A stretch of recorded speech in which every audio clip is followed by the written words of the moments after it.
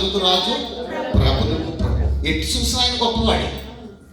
ఇప్పుడు ఆయన మార్గాన్ని వెళ్ళి నీవు తక్కువ చెప్పాలి.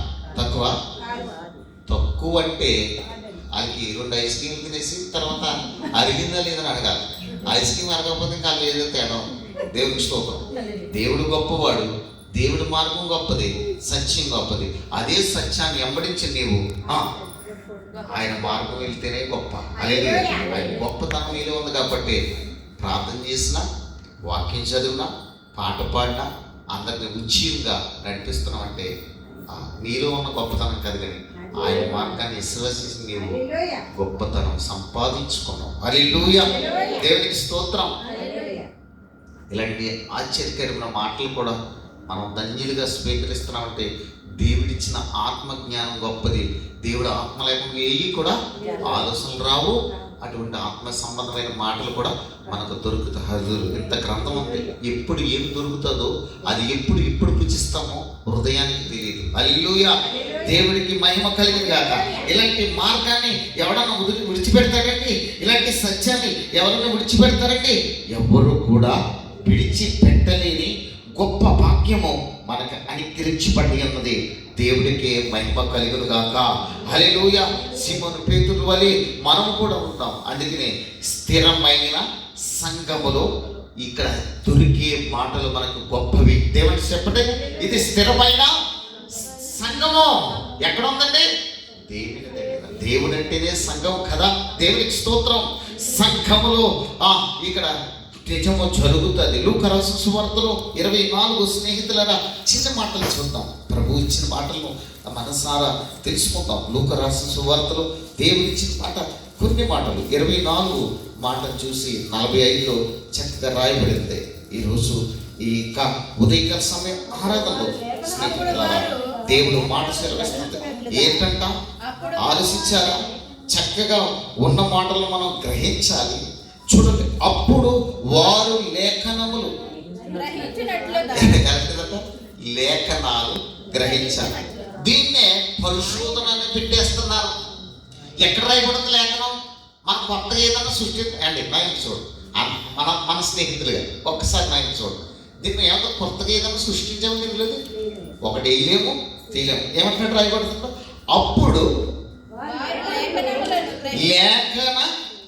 లేఖనములు గ్రహించినట్టే ఆయన వారు మనస్సును, దేవునికి స్తోత్రం, మనస్సును కూడా తెరుస్తాడంట. మనసుకి తెరడం కూడా ఉందంట ఆయన దగ్గర.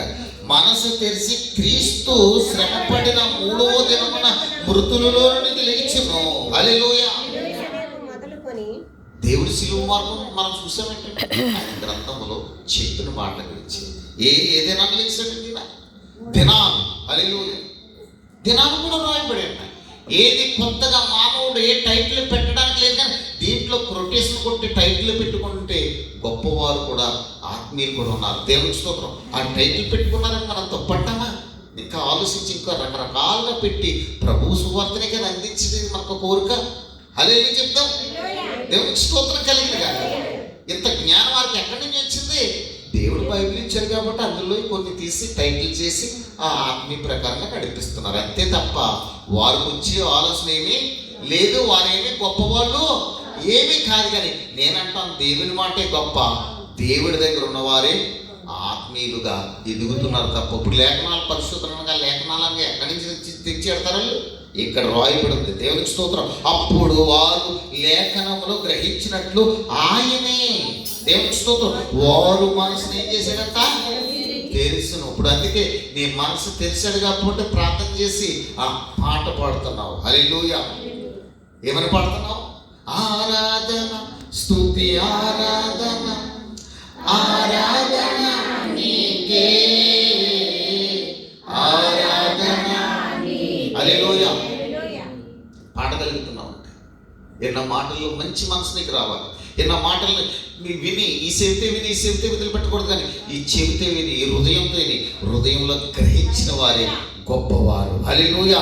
అందుకని ఇప్పుడు యోహాను రాసిన సువార్తలోకి వెళ్తే దేవుడు మాట సెలవిస్తున్నది. ప్రియులారా 12:25 ఒక్క మాటను చూసి మనము ముందుకు సాగుదాం. ప్రభు ఇచ్చిన మాటలు చూసి నడిపించబడతాం. హల్లెలూయా. 12 చూడండి, అలాంటి ప్రేమల గురించి ఇందాక చెప్పాను కదా, ప్రేమ గురించి ఇక్కడ రాయబడినంత 12వ అధ్యాయం తీసుకుని స్నేహితులారా, ప్రభు పరిశుద్ధాత్మ గ్రంథంలో 25 చూడండి. అందుకని తన ప్రాణమును ప్రేమించేవాడు. హల్లెలూయా. చూడండి, చాలా మంది ప్రాణాన్ని బయటికి వెళ్ళినప్పటికీ అయ్యి బాబోయ్ నా ప్రాణం అంటారు. చెడు ప్రియుల అలా దాచుకున్నవాడిది వెళ్ళిపోతే మామూలుడిది కూడా ధైర్యంగా ఉన్నవాడు